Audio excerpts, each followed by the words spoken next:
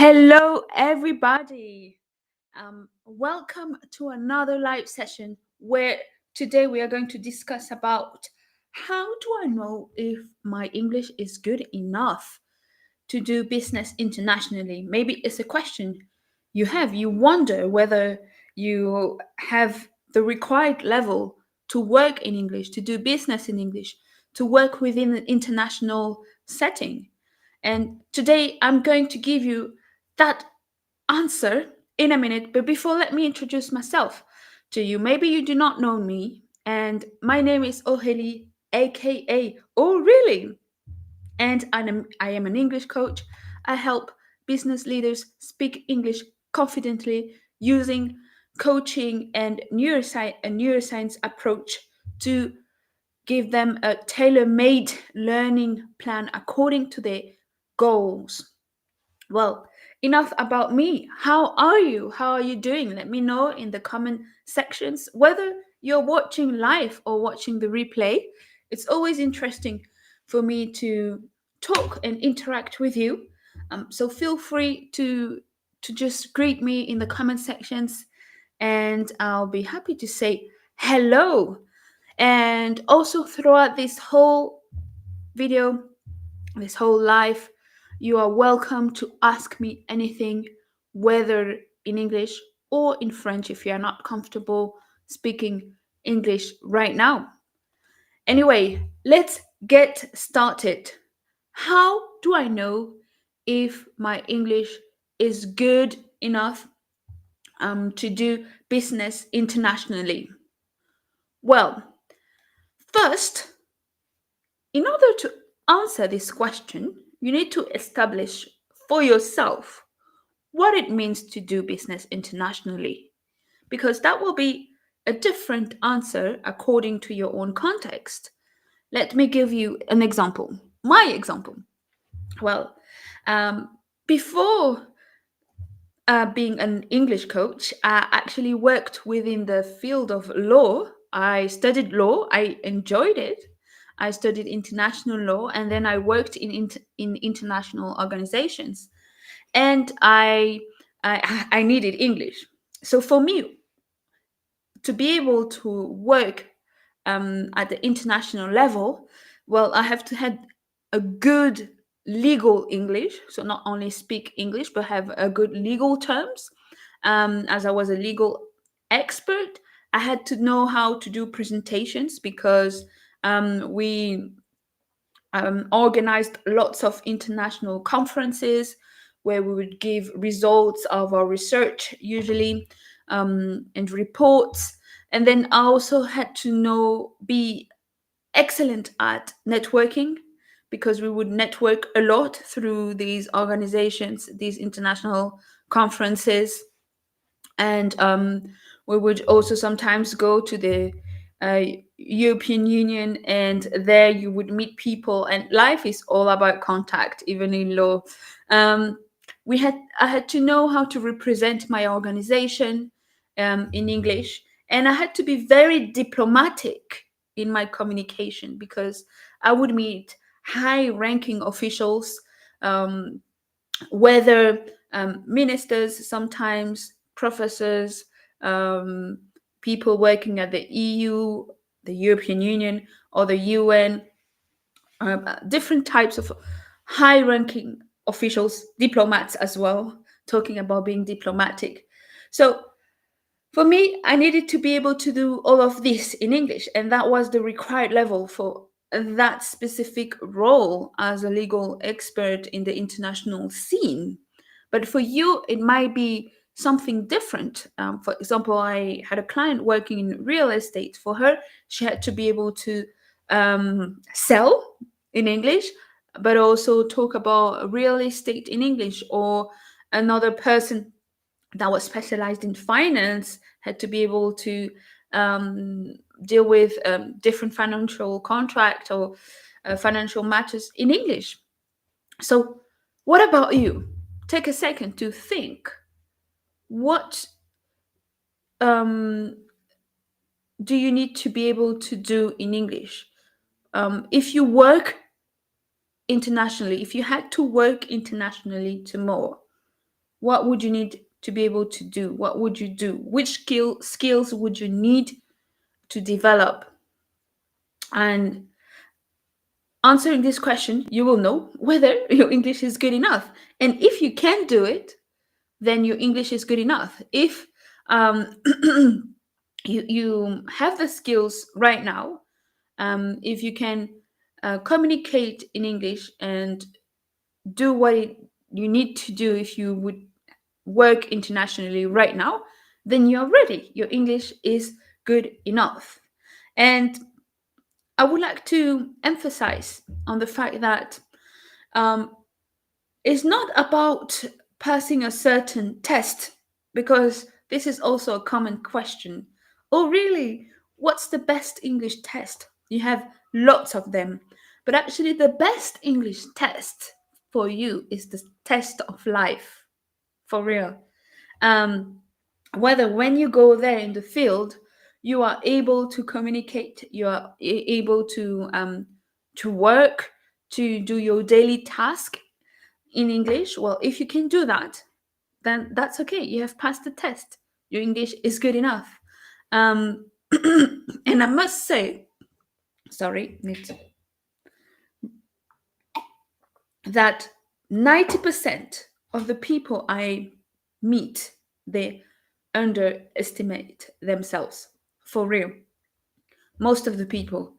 They always say, oh, my English is bad. And then I always have a diagnostic with the people I meet. I say, okay, let's speak English, let's just try. And they tell me, oh, I can't express myself.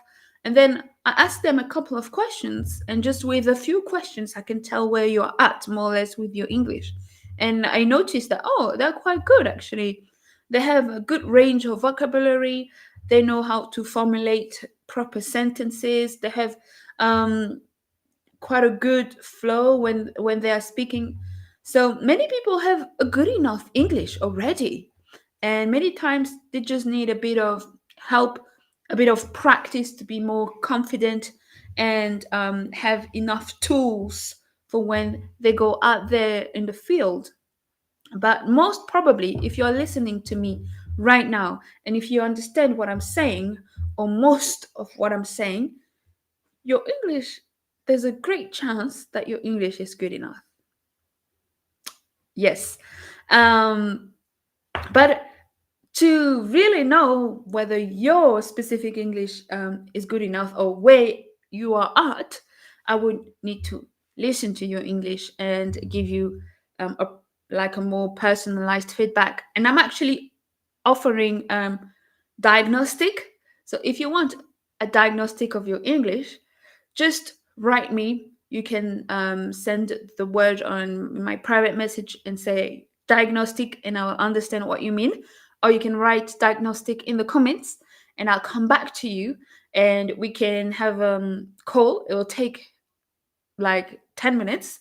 It can be really short, where I ask you just a couple of questions, and I can listen to your English and give you some constructive feedback. All right.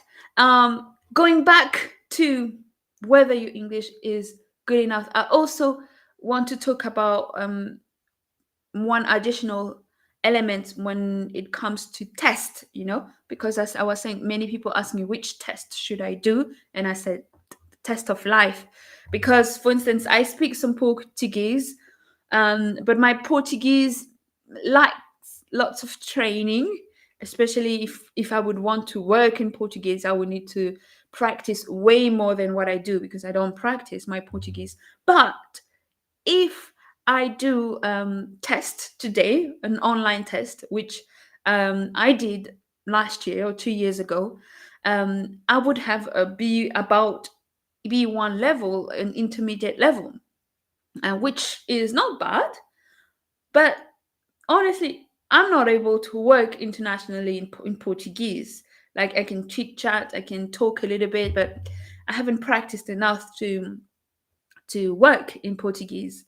So that's another reason, another proof that these tests, they're not always the best. They're not always indicating what you're capable of doing or not, you know. So that's why I'm not a big fan of those tests, even though sometimes I know they are required when you apply. But in my own experience, I didn't have to prove my English with tests. Only when I applied for my master's degree in law, but I guess it was more of a filter because they received lots of candidates, and they want to make sure so you have a certain level, because it's another context. In law, you read lots of text, you have to write lots of papers, and they have to be well written. Um, anyway, so think about that, the test of life, but of your life, because my test is different than yours, right? So you need to know what are your goals and in which context you'll have to speak. For example, I said I'm not a fan of tests, but I did teach the Air Force, the pilots from the Spanish Air Force here in Spain, and there they had to pass a test, and I think there it was relevant for them, for their international context, because as pilots they have to be very extremely efficient when they communicate, and also fast. They don't have lots of time. Lives are at stake, and the test, their test was very um, relevant and well done for their context. So for them, the answer would be they'll need to be able to pass certain kinds of tests in English in order to be pilots that can communicate um, properly and efficiently. Uh, so, in some, for this point is about knowing your international scene, how it would look like, what would you need in your context, and if you can speak around it, if you are able to communicate around your topic of expertise, you are able to build a rapport with people, to connect with people, your English is good enough, even though it's not perfect, because it's not about having a perfect English. A good enough English is not a perfect English. It's an efficient English, an English that can communicate a message, and that can help you achieve your goal. As simple as that. But maybe you may say, okay, that's really nice, this pep talk. By the way, a pep talk is a speech that motivates people. It's really nice, all this talking, but I want something more concrete. Please answer to my question, or really, what is a good enough level? Give me more indication. Okay, I will. Let me give you more indications of what it could mean to have the level to work at the international scene. Well, actually, usually you would need an intermediate up to an upper intermediate level. Maybe you have heard about this way of classifying language levels from A1 to C2. Well, that corresponds to the B1, B2 level. Those levels are intermediate or upper intermediate level. And what does it mean exactly? Well, I'm going to read actually from the Common European Framework of Reference for Languages, which is an official document. And I'm going to tell you what they say about those levels, the B1 and the B2, B1 intermediate. It says speakers can give a prepared, straightforward presentation on a familiar topic within their field. Their presentation is clear enough to be followed without difficulty, and they can explain the main points with reasonable precision. Then I'm going to read the upper intermediate level, B2. Speakers can give a clear, prepared presentation, um, giving reasons in support of or against a particular point of view, and giving the advantages and disadvantages of various options.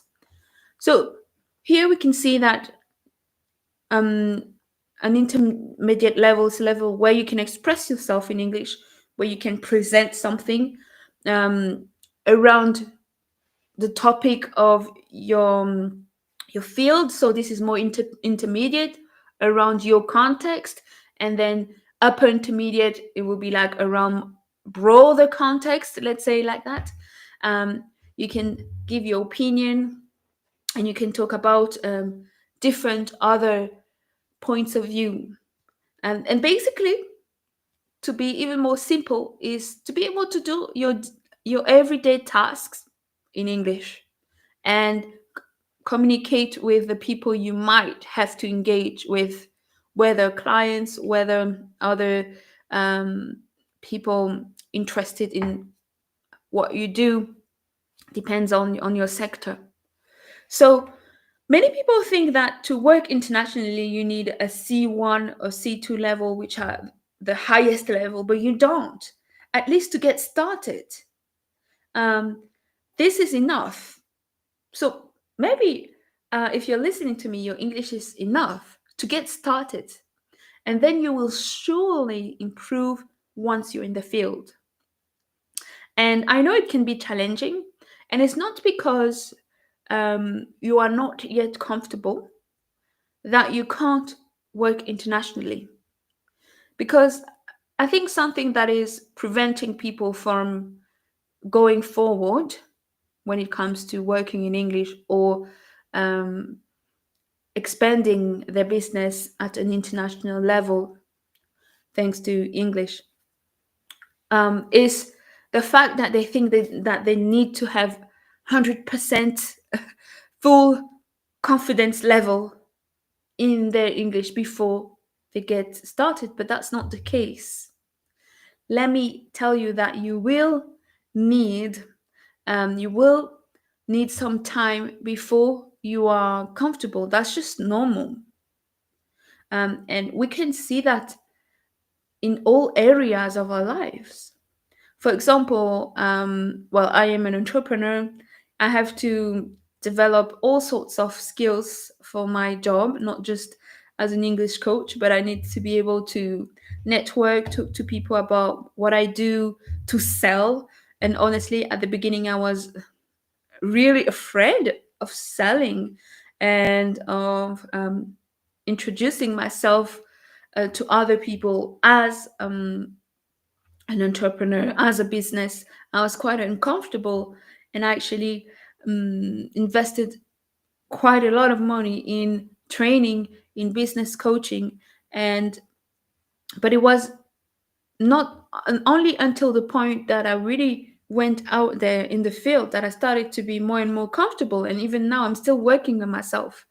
And I had all the tips, all the best mindset tricks to have a shift, all the best like pieces of advice.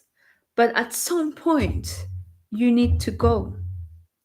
At some point, you need to step out of your comfort zone, and it will never be comfortable. It's true. Um, at least at the beginning, when you make that first step, it's uncomfortable, it's normal.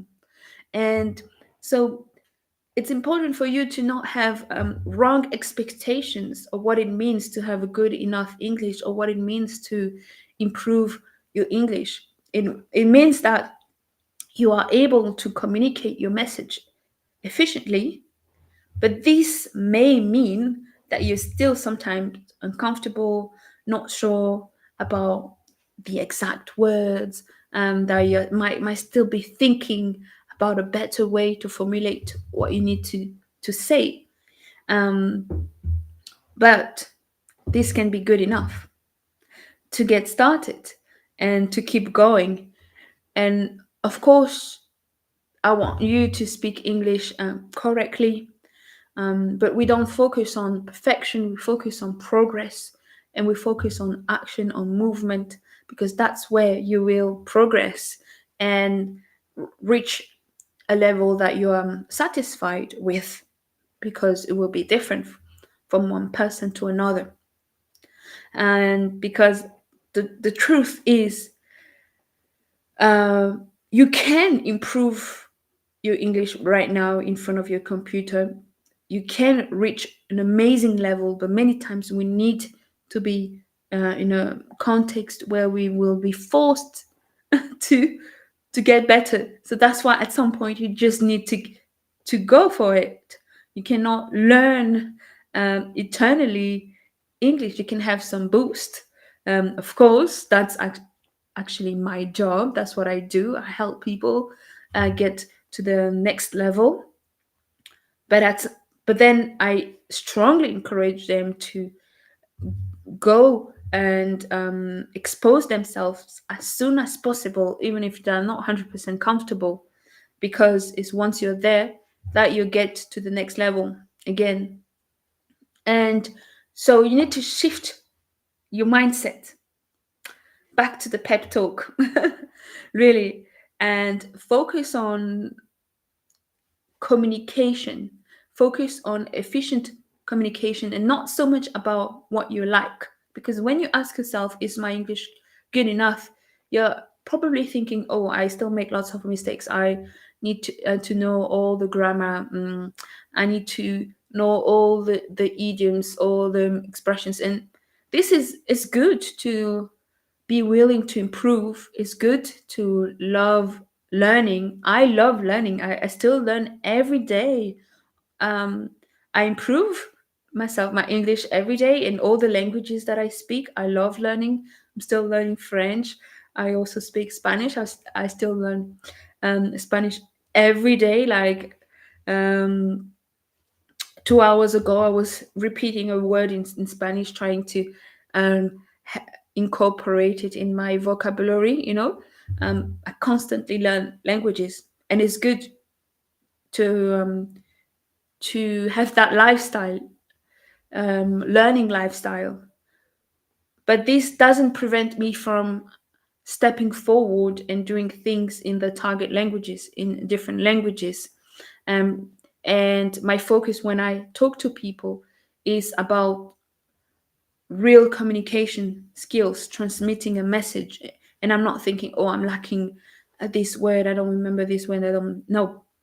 If I'm efficient, then I'm good. Then it's good enough, even though I may have done a few mistakes. And I would like to add something more. Something that is quite important is at the international level, because this question is the question today is whether your English is good enough to work at the international level. Well, I'd like to talk more about the international level. As I told you, I have some experience about working within an international context. Actually, that's the story of my life. I'm not only working in the international context, I'm living in an international context. Um, in my family, we speak English, but English is not our first language, but um, that's how we roll. I have friends with whom I speak English on a daily basis. Anyway, it's different to speak English within an international scene, like at work, and speaking English at an English speaking country. You need to make that difference because the international scene has a different type of global English. And actually, even high ranking officials from the European Union, they admitted that the language of Europe, but we can expand it to the language of the international scene, is bad English. There's kind of a joke about it. It's basically a simple and efficient English. That's what matters. People, they don't want to hear how well you can use complex sentences, formulation. They are not there for that. When we do business, we want to be able to relate, to communicate, to exchange, and be efficient. That's why the official language of the European Union or of the international scene is bad English. Um, and but then it's different when you go and work in England in a local office where they don't really deal with international clients. This English will be different. There, you will need, in order to feel more comfortable and to really adapt, you might need to learn the local English, the local slang, the local expressions. They will be different in England, whether if you're in the south of England, the north of England, different accents as well. Whether you go to Wales, to Scotland, um, there's even a viral video of members of the British Parliament that do not understand each other because one person is from the south of England, well, has more of an accent from the south of England, and the other person from Wales, So even native speakers sometimes they struggle to communicate efficiently because of local differences. And then the English, if you go settle in a city somewhere deep in the USA where they also don't uh, work with it internationally will be also again another English. But here we talk about expanding ourselves internationally, where you meet people from all over the world, and you will see that English became a sort of an international language that is efficient and that is a tool to connect us, and that's what matters. That's what we focus on. We don't People don't focus on your English. People, if I have to be honest, people don't care about your English level as such. They don't even care so much about your mistakes, um, about whether you're insecure. Through They care about what you can bring to them, and if you can bring it to them even with a broken English, it's good enough. For real, trust me. And to give you another anecdote, I mentioned that I worked at the international level previously, within the legal sector. And I met lots of people from all over the world, and some people could seriously improve their English, but still, they were out there at international organizations talking about their projects, doing their presentations with their broken English. And at the end of the day, they achieved their mission. If you can achieve your mission, then that's all. It's good enough, even though we're only aiming for progress and not perfection. So, as I said, during this live, if you're just joining me now, I offer a diagnostic of your English. If you would like to have some external feedback, well, send me a message or write a comment to this video. Write diagnostic, and I will know what you're talking about, and I'll be happy to offer you that diagnostic. It's very simple. We would schedule a call. It will be very short.